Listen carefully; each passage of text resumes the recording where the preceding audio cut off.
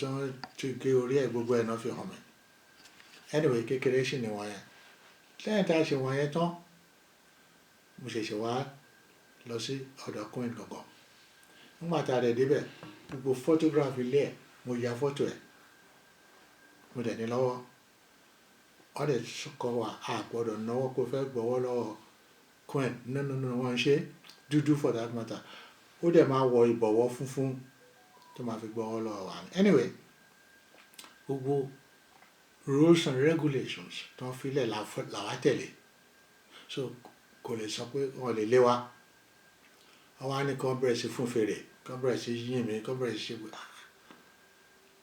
èmi àti ìyàwó mi ni gbogbo fọ́tò ìlà ní lọ́wọ́ ìyàwó mi náà lọ sick ààrẹ òyà ó wà ní yàrá ń bá yẹn ṣe anyway ó ṣe di pé mo dé ilé ọba nìyẹn mo wá ní ṣe kábíyèsí a lè ya fọ́tò ó ní a lè ya fọ́tò kẹ àti ilé ẹ̀ àti gbogbo ẹ̀ ni mo ya fọ́tò òun nìkan ni ò fara rò akẹ́kọ̀ọ́ ya fọ́tò wọn aláwẹ̀ bí anyway ó ṣe di pé mo dèrò láti mọ ọba lóyìnbó nìyẹn peter tí wọ́n ń sọ̀rọ̀ mo ní ìyà ń jẹ wá mo ní báwọn òyìnbó ṣe ń treat wa kò dáa kò ṣàṣọ gbogbo ẹ̀ ó ní àwọn náà suspect ó ní àwọn suspect abiyamọ lòun àwọn suspect wípé ìyá lè jẹ dúdú but for how long ó ní tó bá ti pé 100 years àwọn tó wá to ètò fáwọn bí tó wá ṣèké fọ́ tó wá sọ̀rọ̀ fáwọn bí náà sọ pé àwọn arábí yẹn wọ́n ní nǹkan o wọ́n ní gold wọ́n ní diamond wọ́n ní kòkó wọ́n ní gbogbo nǹkan dán Ọlọ́run fi kẹ́ wọn tẹ́ bá dẹ̀ wá wò náà kò sómi ìlú yìí ẹ wo bí ìlú yìí ṣe fáìn tó wọ́n máa lómi tí bá fi bíìlì owó omi tí mò ń san fún ẹ àríyẹ lẹ́nu gbogbo olóyè olómi omi tí wọ́n ní omi tẹ́ ti yàgbẹ́ sí tẹ́ tó tọ̀ sí wọ́n á tún ṣe wọ́n á tún bẹ̀rẹ̀ síta wọ́n á tún bẹ̀rẹ̀ sí fún èèyàn nígbà tó wá ń kú púpọ̀ jù làwọn ìbò wa sọ pé kí la máa ṣe sí kí àwọn Scottish wọ́n yàtọ̀ sí òyìnbó gidi orúkọ tá à ń pè ní Scottish orúkọ ìlú wọn Scotland orúkọ tá à ń pè ìlú wọn nìyẹn a lè tún láwọn kan Welsh ìlú yẹn Wales lórúkọ ìlú yẹn Welsh lórúkọ àwọn èèyàn tó ń gbénú ẹ̀ àwọn èèyàn tó ń gbénú ẹ̀ àwọn abọ̀rìṣà ni wọ́n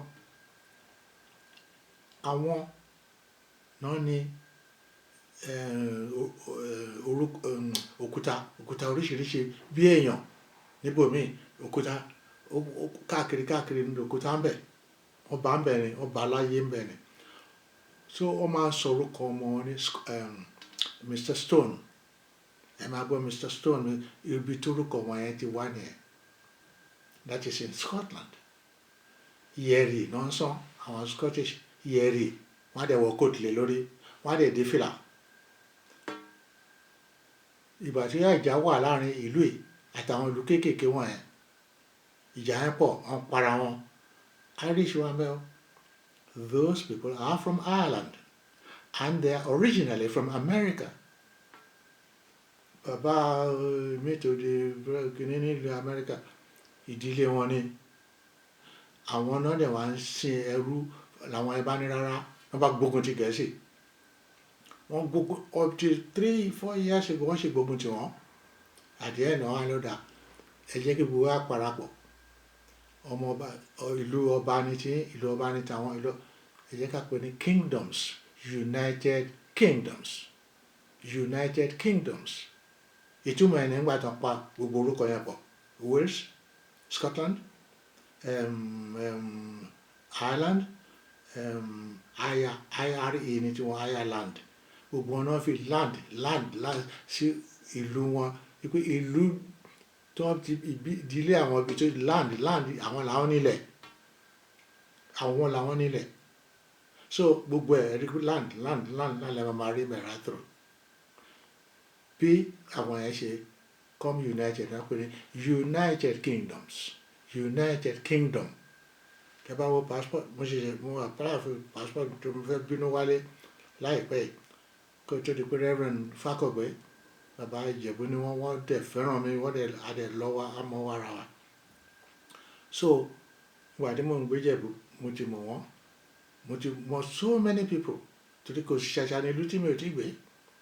Ìgbà tí mo dẹ̀ wà ní Iléṣà, Ògúnmọ́kùn ó lọ bá Ìjẹ̀ṣà Èkó ló ń gbé ní odò ọba kó tó di pé ọba kan Oladokun pẹ́ lórí oyè. Ògúnmọ́kùn ọba Ògúnmọ́yè pẹ̀lú bàbá ìyá mi ọ̀rẹ́ tímọ́tímọ́ ni wọ́n jọ ń ṣòwò ní Ẹ̀yìngbẹ̀tì ni Ẹ̀yìngbẹ̀tì lẹ́kọ̀ọ́ wọ́n jọ ń ṣòwò. Awẹ́ bàbá Awẹ́ àrántí orúkọ Ìlẹ́ṣà ó mọ awo ó mọ ọ̀fọ̀ tó jẹ́ pé òun ló ní ìdajì Èkó Ológbowó ní tiẹ̀. Then ó wá gbọ́n iwájú Queens ní lẹ́kọ̀ọ́ tó ń ti tajà Kingsway tó bá cross Kingsway tó bá cross Broadway road tó láwọn láàrin ẹ̀ tó cross orí kejì Àjàó ló níbẹ̀ ó wá kọ ó ṣe fẹ́ ṣe bíi ti Kingsway ni ó gùn rẹpẹtẹ. So òun nígbà tó wá débẹ̀ tán ó bá lọ sí ibì kan wọ́n pè ní pápá ọ̀sọ̀dì kò sẹ́ni tó ń gbé bẹ̀ ó sì sọ bẹ́ẹ̀ di tiẹ̀ nìyẹn pápá Àjàó ó sì wà lẹ́kọ̀ọ́ lẹ́ni. Ológbowó àwọn náà gbé ọ̀pọ̀lọpọ̀ tí n bá sọ orúkọ mi bẹ̀ wíwo ọ̀nà tẹ́rẹ́ níbo ló wà ní lẹ́kọ̀ọ́ ẹlòmíràn wọn Ológbowó ló wà. Àwọn Ológbowó ẹlẹ́yọ̀ ni wọ́n ti wọn. Ta ló dá Ẹ̀yọ̀ sílẹ̀? Ẹ̀yọ̀ ó wá láti ìlú àwọn Ìjẹ̀bú ni.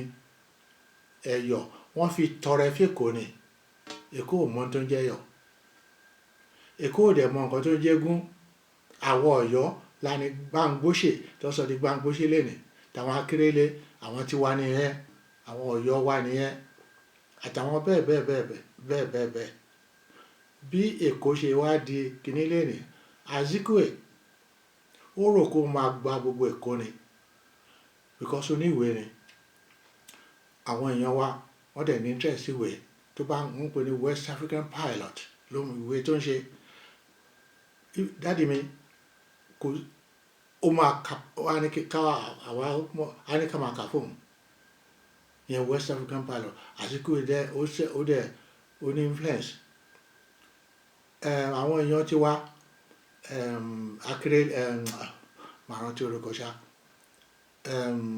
Bishop Ajayi Crowther tẹ bá wo spelling ẹ̀ wọ́n fi D sí Ajayi àwọn òyìnbó ló fún lórí ọmọ ẹrú ni lọ́yọ̀ọ́ ní Ajayi Bishop Ajayi Crowther ó dẹ̀ mọ̀wé ó dẹ̀ mọ gbogbo ẹ̀ ó dẹ̀ mọ nǹkan church wọ́n ṣe ní kó lọ sí ìlú Ẹ̀gbá nìyẹn. Ẹ̀gbá ló kọ́kọ́ kàwé nínú gbogbo ilẹ̀ Yorùbá. Ẹ̀gbá ló kọ́kọ́ kàwé. Àwọn Ẹ̀gbá tó dẹ̀ kọ́kọ́ kàwé àwọn náà kọ́kọ́ dá newspaper sílẹ̀. Akéde Èkó ìwé Yorùbá àwọn náà kọ́kọ́ dá ní kíkọ́ àwọn fọwọ́kọ́. Ajayi Crowther was the bishop. Ọ̀dọ́ ọmọ Ọ̀yọ́ ni ọmọ Òṣogùn nílùú ẹ̀ lọ́yọ̀ọ́. Wọ́n kó lẹ́rú lọ sí Amẹ́ríkà ni. Ó dẹ̀ lọ́kà wọ́n dẹ̀ rí pé èèyàn ló ní ọpọlọ báyìí. Bẹ́ẹ̀ náà là ń tún ní àwọn kan Ìjẹ̀bú kan gbàgbé orúkọ màá rántí orúkọ kíní mẹ́ta ló ní gbogbo England. Òun ló ní aeroplane airport mẹ́ta ló ní. Ìjọ́ kan tí mo rí ta sọ̀rọ̀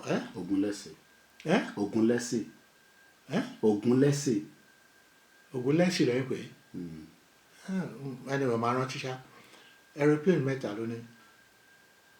Ó refuse pé wọ́n ní support èyí tó lọ support Awólọ́wọ̀ tó fẹ́ ọmọ Awólọ́wọ̀ èyí tó lọ sọ Ọ̀ṣínbàjò làwọn ń pè torí pé kí ni nígbà tí wọ́n fìyà jẹ Yorùbá tí wọ́n dẹ̀ wá sọ̀wọ́dẹrú lójú kan for many years tó ò dẹ̀ sọ̀rọ̀ nítorí owó. Nígbà tó máa ní kó ń sọ̀rọ̀ nípa tara ẹ̀yà wọ́n gbà